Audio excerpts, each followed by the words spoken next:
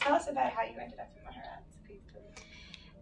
That is actually a fun story. As most of you have already heard, how I ended up in Maharat is... I have to look at you. That's the thing? Okay.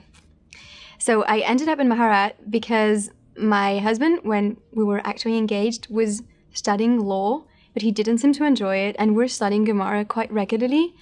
And at some point I told him, well, you study Gemara all the time, so you seem to be more interested in, like, rabbinate rather than law.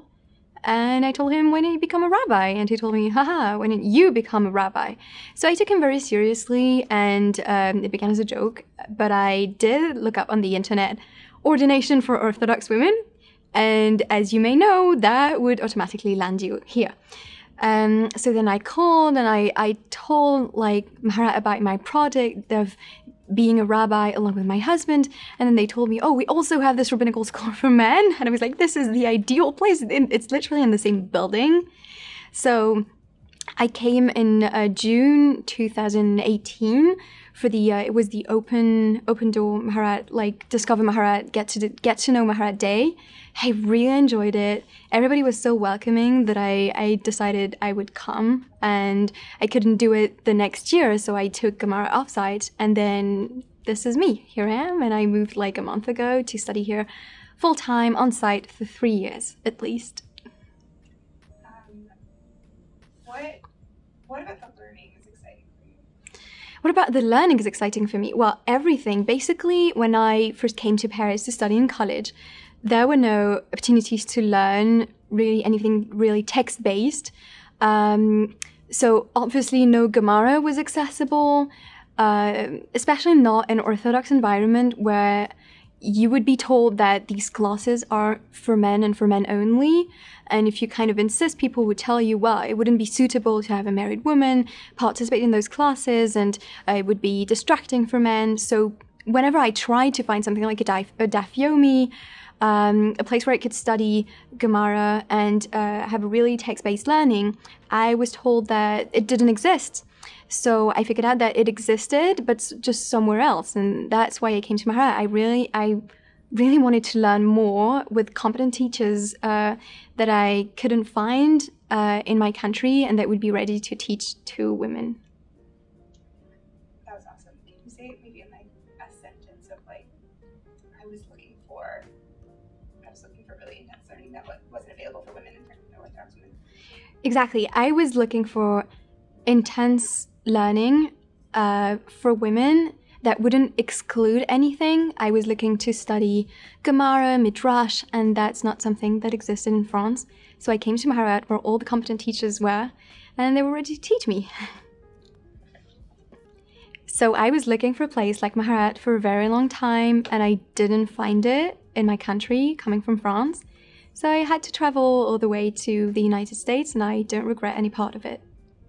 What are your hopes and dreams for your rabbinate? Oh, wow. Sorry, I'm laughing.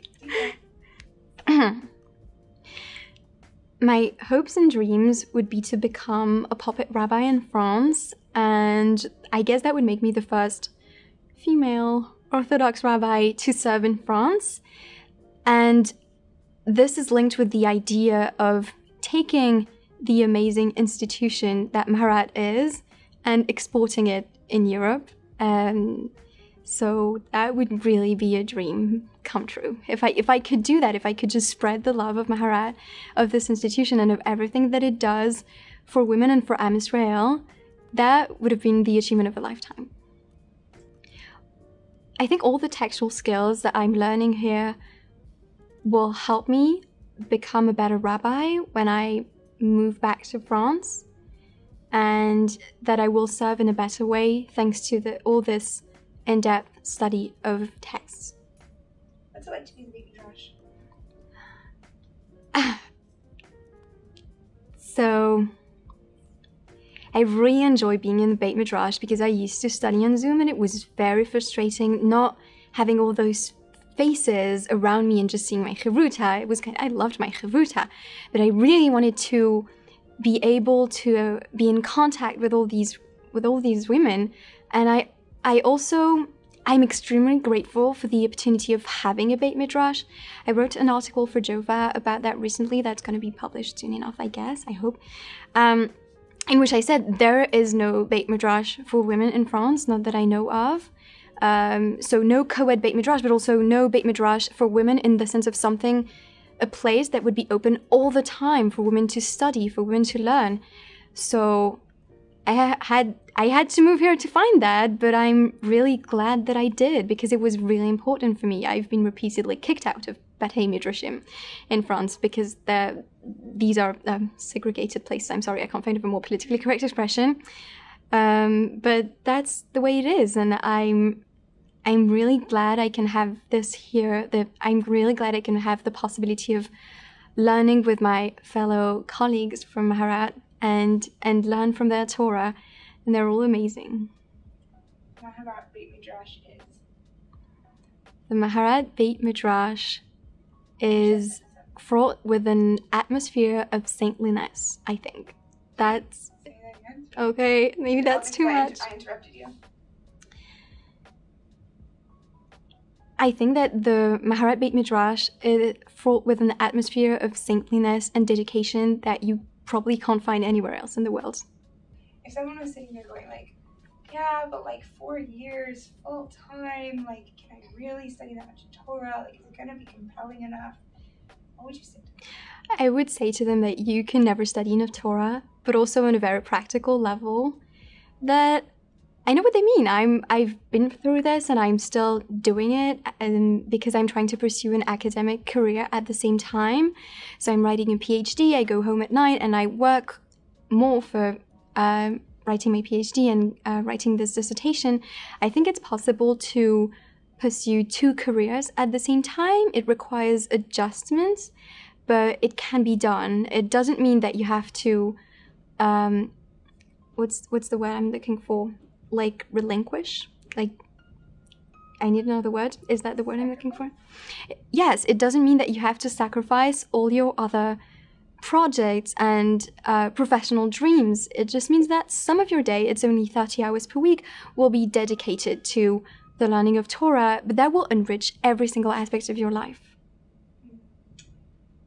Can you compare your learning in preparation for your PhD with the kind of learning that happens here? What are the similarities between like the academic learning versus what happens here? So the fact that I'm both writing a dissertation and studying at Maharat is related to 2 types of learning that interact and feed one another in a very interesting way. I think that the study of texts, of halachic texts, of texts from the Gemara, can only have an enriching influence on my work in Jewish studies. So I'm writing a dissertation in Jewish American literature on Jewish American short stories. And I think that Maharat really helps see the hidden references in texts, and all this framework of references that is implicit because it's a literary text, but that Maharat helps you see in a way. And in the same way, the literary critical approach to texts, I hope, informs my study of texts from the Gemara and Halacha and Chumash, in the sense that it makes you develop an analytical approach to texts. While I'm attending Maharat, I'm also writing a PhD in Jewish American literature, and I think that these 2 types of learning really inform one another and interact in a very productive way. So a question for you. Music is important in your life. How is it important spiritually? Music is uplifting for the soul, and singing, in a way, can be considered a form of prayer. I think it's a way to cry out to God, and I relate to Hashem through music, be it singing or playing the flute. Is it influence at all your learning? Do you, because you're so musical, is your learning influence that? Does it help spread learning? Do you plan to use it perhaps as in teaching Torah? I plan to use all the innovative techniques that I've had insights from at Maharat. I think music can really help in learning. I've already organized sessions of nigunim, of slichat last year. I think I could also use painting, collage. All these techniques can speak to different parts of the Jewish soul. And I think that not all people want to learn text-based, I don't know. I don't think that all people want to learn something extremely text-based. Some people will react more intensely to music or to creative activities of any kind. And that's what this Manilul has also been about, learning new techniques to reach out to people who have a connection to Judaism that they don't really know how to explore.